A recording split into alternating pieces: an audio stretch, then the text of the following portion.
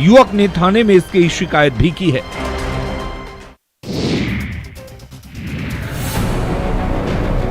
किशनगंज से सटे पश्चिम बंगाल के बागडोगरा से एक दहशत भरी तस्वीर सामने आई है, जिसमें मुनि चाय के बागान में एक तेंदुए को देखा गया है। वहीं इस मादा तेंदुए के 2 छोटे छोटे शावक भी हैं। तेंदुए और उसके बच्चों की तस्वीरें सीसीटीवी में कैद हुई, जिसे वन विभाग ने जारी किया है और लोगों को चाय के बागान से दूर रहने की हिदायत दी गई है। तस्वीरों में देखा जा सकता है कि तेंदुआ बागान में आता है और अपने दोनों बच्चों को प्यार से पुचकारने लगता है। फिर एक शावक को मुंह से उठाकर तेंदुआ वहां से भाग जाता है। फिर कुछ देर बाद तेंदुआ फिर से आता है और दूसरे बच्चे को भी उठाकर लेकर वहां से चला जाता है। बताया जा रहा है कि वन विभाग की टीम ने इलाके में बागान के सभी कामों को एहतियात के तौर पर तुरंत बंद करा दिया है। वहीं अब किशनगंज के ठाकुरगंज स्थित इंडो नेपाल बॉर्डर से सटे चाय बागान में तेंदुए का भय सताने लगा है। इन इलाकों में पहले तेंदुए देखे गए हैं, साथ ही ग्रामीणों पर भी हमला कर चुके हैं। हालांकि वन विभाग का कहना है कि तेंदुआ बागान से जा चुका है।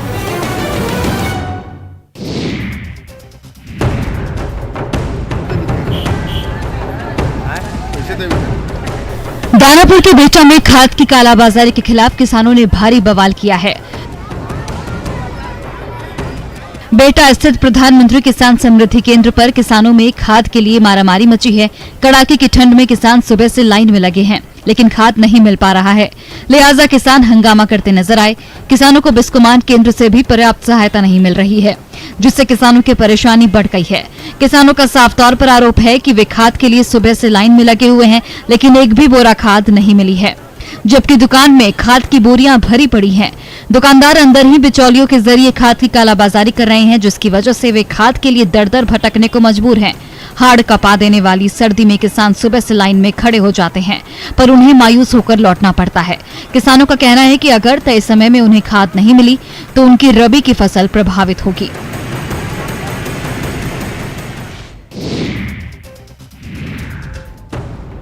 लोहरदग्गा के कोरगो जंगल में नक्सलियों के खिलाफ बड़ा अभियान चलाया गया, जिसमें पुलिस को बड़ी सफलता हाथ लगी। पुलिस ने नक्सलियों के कब्जे से कई क्षेत्रों को मुक्त करवाया।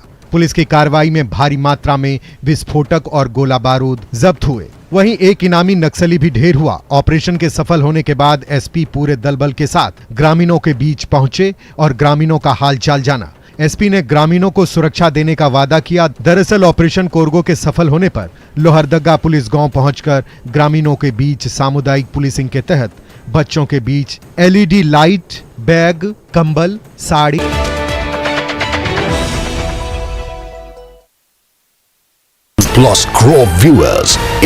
और आवश्यक सामग्री का वितरण किया गया और नक्सलियों के खिलाफ जीत का जश्न मनाया। साथ ही मुख्य धारा से भटके लोगों को वापस मुख्य धारा में जुड़ने के लिए अपील भी की गई। अभियान के दौरान क्षेत्र में सुरक्षा के पुख्ता इंतजाम किए गए थे। क्षेत्र में ड्रोन कैमरा का प्रयोग कर आसपास के पहाड़ी और जंगली क्षेत्र में नजर रखी जा रही थी। कुल्लू में पर्यटन के लिए एक से बढ़कर एक कई वादियां हैं, जो समर के बाद अब विंटर सीजन में पर्यटकों से सजने लगी हैं। यहाँ के विभिन्न पर्यटन स्थलों पर पर्यटकों से गुलजार है। ऐसे में विभिन्न पर्यटक स्थलों पर रौनक लगी हुई है। ऐसे में पर्यटन कारोबार में इजाफा हुआ है। विंटर सीजन में कुल्लू मनाली में देश भर के राज्यों से पर्यटक कुल्लू आ रहे हैं। कुल्लू मनाली में पर्यटक एडवेंचर राफ्टिंग, पैराग्लाइडिंग का आनंद ले रहे हैं, जिससे कारोबारियों को इसका फायदा मिल रहा है। व्यास नदी में रिवर राफ्टिंग का पर्यटक जमकर लुत्फ उठा रहे हैं। एमपी के इंदौर से कुल्लू पहुंची इंदौर की मानवीय निगम ने कहा कि कुल्लू मनाली में घूमने फिरने के लिए आई हैं और वहां पर लोग एंजॉय करने के लिए आते हैं। यहाँ पर पैराग्लाइडिंग का मजा अलग है। अन्य पर्यटक विवेक चतुर्वेदी ने कहा कि 2 साल के बाद मनाली घूमने के लिए आए हैं। ऐसे में यहाँ पहाड़ों पर घूमने फिरने का अलग फन है।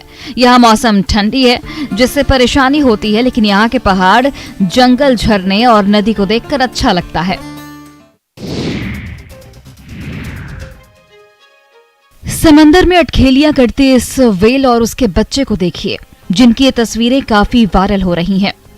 दरअसल ये वो दुर्लभ तस्वीरें हैं जिसका वन्य जीव प्रेमी सालों तक इंतजार करते हैं। तस्वीरें अमेरिका के कैलिफोर्निया की हैं, जहां 35 फीट लंबी एक व्हेल ने अपने बच्चे को वहां मौजूद पर्यटकों के सामने ही जन्म दिया।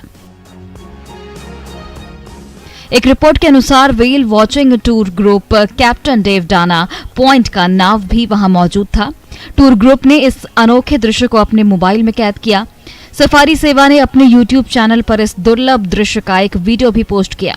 कैप्टन डेव डाना ने वीडियो शेयर करते हुए लिखा, जैसे ही नाव धीरे धीरे ग्रे व्हेल के पास पहुंची तो व्हेल पर नजर रखने वालों ने उसके व्यवहार के बारे में कुछ अलग देखा। यात्रियों और चालक दल ने पानी में नारंगी और लाल रंग का कुछ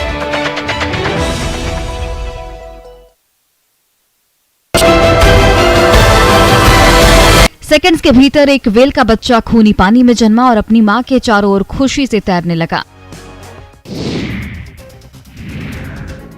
प्रतिभा किसी परिस्थिति की मोहताज नहीं होती। स्थिति चाहे जैसी भी हो, प्रतिभा निखर कर सामने आ ही जाती है। कुछ ऐसे ही कहानी मुजफ्फरपुर के सरैया इब्राहिमपुर के रहने वाली नीलू की है। नीलू राष्ट्रीय लेवल खेल चुकी एक रग्बी खिलाड़ी है, लेकिन अब नीलू के हौसले पस्त होने लगे हैं। दरअसल कई दर्जन पुरस्कार जीतने वाली नीलू आर्थिक तंगी से बेहद परेशान है। नीलू के पास न तो अच्छे जूते हैं, न ही सही डाइट है। कई बार दूध के अभाव में नीलू मार पीकर खेलने पहुंचती है। वहीं शुरुआती दौर में जूते के लिए पैसे न होने पर नीलू ने अपनी किताबों को बेच दिया था। फिर भी पैसे पूरे नहीं हुए तो उधार जूते लेकर वे प्रतियोगिता में शामिल हुई और अपनी मेहनत से अवार्ड भी जीता। नीलू आज सरकार से मदद की गुहार लगा रही है। पैसे के अभाव में कई परेशानियों का सामना करना पड़ रहा है। नीलू की मां गीता देवी ने बताया कि बेटी बहुत आगे बढ़ना चाहती है, लेकिन अभाव ने उसके हौसले पस्त कर दिए हैं।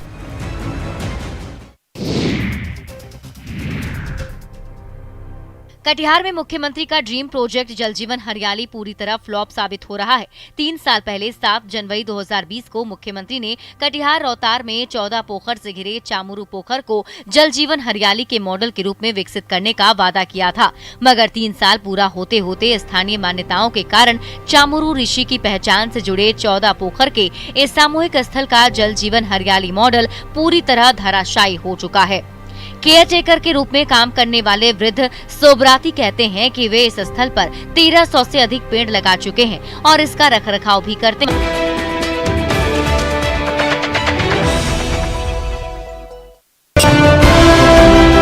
मंत्री के वादे के बावजूद अब तक उन्हें महज 1500 रुपए का ही मानदेय पर 24 घंटा देखरेख का कार्य करना पड़ता है। स्थानीय लोग भी जल जीवन हरियाली के मॉडल के इस फ्लॉप शो पर अफसोस जताते हुए जल्द इसकी कायाकल्प करने की उम्मीद जता रहे हैं। लोगों का कहना है कि यह स्थल अपने आप में धार्मिक और ऐतिहासिक महत्व रखता है, इसका रखरखाव जरूरी है।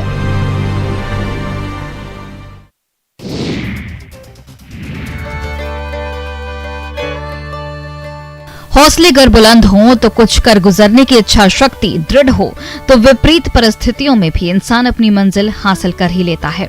इस कहावत को सच साबित कर दिखाया है औरंगाबाद के मदनपुर प्रखंड के मचानी गांव के एक किसान संतोष ने, जिन्होंने विपरीत जलवायु के बावजूद व्यापक पैमाने पर केले की सफल खेती की है, जिससे उन्हें अच्छी खासी आमदनी भी हो रही है। जी हाँ, कल तक इस इलाके में नक्सलियों की चहलकदमी या फिर गोलियों की धाएं धाएं ही सुनाई पड़ती थी, मगर आज यहाँ की फिजाओं में केले की मिठास भी तैरने लगी है। संतोष ने प्रयोग के तौर पर फिलहाल 4 एकड़ में इस खेती को किया है, जिससे उसे लाखों की कमाई हो रही है। संतोष के सफल खेती ने उन सभी के मुंह पर तमाचा जोड़ दिया है जिन्होंने इस इलाके में केले की खेती को मजाक बताया था। हालांकि संतोष को मलाल है कि इस बात पर कृषि विभाग की ओर से कोई मदद नहीं की गई है। इधर कृषि विभाग के पदाधिकारी बताते हैं कि केले की खेती को कृषि रोड मैप में शामिल किया जा रहा है, जिसके बाद किसानों को सरकारी योजनाओं का लाभ मिलने लगेगा।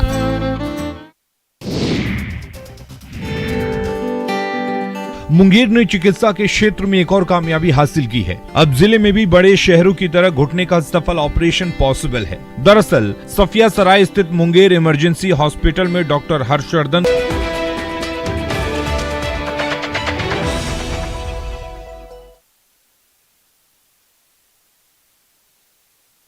Ortho surgeon doctor Anshu Anand ने घुटनों के दर्द से परेशान मरीज का ऑपरेशन कर घुटने का सफल प्रत्यारोपण किया। ये सुविधा